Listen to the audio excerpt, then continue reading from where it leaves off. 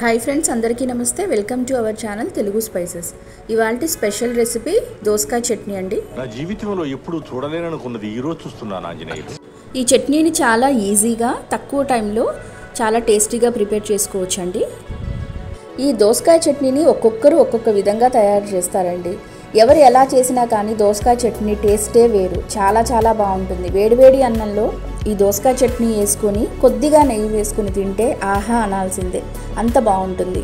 మీలో ఎంతమందికి ఈ దోసకాయ చట్నీ ఇష్టమో కామెంట్ ద్వారా తెలియజేయండి। అలాగే ఇప్పుడు నేను చేసిన ఈ రెసిపీ మీలో ఎంతమంది చేస్తారో కూడా చెప్పండి।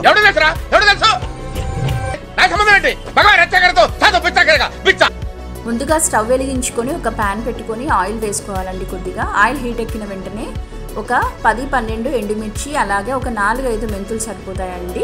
అలాగే ఒక స్పూన్ వరకు ధనియాలు, ఒక 2 టేబుల్ స్పూన్స్ వరకు తాలింపు గింజలు వేసుకొని వీటిని మంచిగా ఫ్రై చేసుకోవాలి।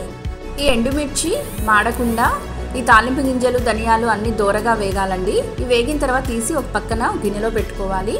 అదే ప్యాన్లో మళ్ళీ కొద్దిగా ఆయిల్ యాడ్ చేసుకొని సన్నగా తరిగి పెట్టుకున్న దోసకాయ ముక్కల్ని యాడ్ చేసుకోవాలి। వాటన్నిటిని ఒకసారి కలుపుకొని దానిలో కొద్దిగా చింతపండుని యాడ్ చేసుకోవాలి, కొద్దిగా పసుపు అలాగే కొంచెం సాల్ట్ కూడా వేసుకొని కలుపుకోవాలి। ఇది ఉడకడానికి మూతను పెట్టుకోవాలి। 5 minutes later ఇప్పుడు మూతను తీసుకొని ఒకసారి కలుపుకోవాలండి। ఆల్రెడీ ముక్కంతా ఉడికిపోయి ఉంటుంది। మనం ముందుగా ఫ్రై చేసి పెట్టుకున్న ఎండుమిర్చికి ఒక 2 ఎల్లిపాయ రెబ్బలు అలాగే సన్నగా తరిగి పెట్టుకున్న కొత్తిమీరని యాడ్ చేసుకోవాలి। ఇప్పుడు ఈ మొత్తాన్ని మిక్సీ పట్టుకోవాలండి। ఇప్పుడు మళ్ళీ స్టవ్ వెలిగించుకొని ప్యాన్ పెట్టుకొని దానిలో ఆయిల్ యాడ్ చేసుకోవాలి। అలాగే ఒక 2 టేబుల్ స్పూన్స్ వరకు తాలింపు గింజలు వేసుకొని వాటిని ఫ్రై చేసుకోవాలి। అవి వేగిన తర్వాత దానిలో కరివేపాకును యాడ్ చేసుకోవాలి। అలాగే ఒక 2-3 ఎండుమిర్చి వరకు యాడ్ చేసుకొని కొద్దిగా ఇంగువను కూడా యాడ్ చేసుకోవాలి।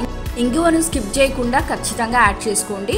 ఇప్పుడు మనం ముందుగా మిక్సీ పట్టుకున్న దోసకాయ చట్నీ ఉంది కదండి, దాన్ని కొద్దిగా యాడ్ చేసుకొని ఫ్రై చేసుకోవాలి దీనిలో। ఇంతేనండి, మన దోసకాయ చట్నీ రెడీ అయిపోయినట్టే। ఈ రెసిపీ మీకు నచ్చితే మీరు ఖచ్చితంగా ట్రై చేయండి।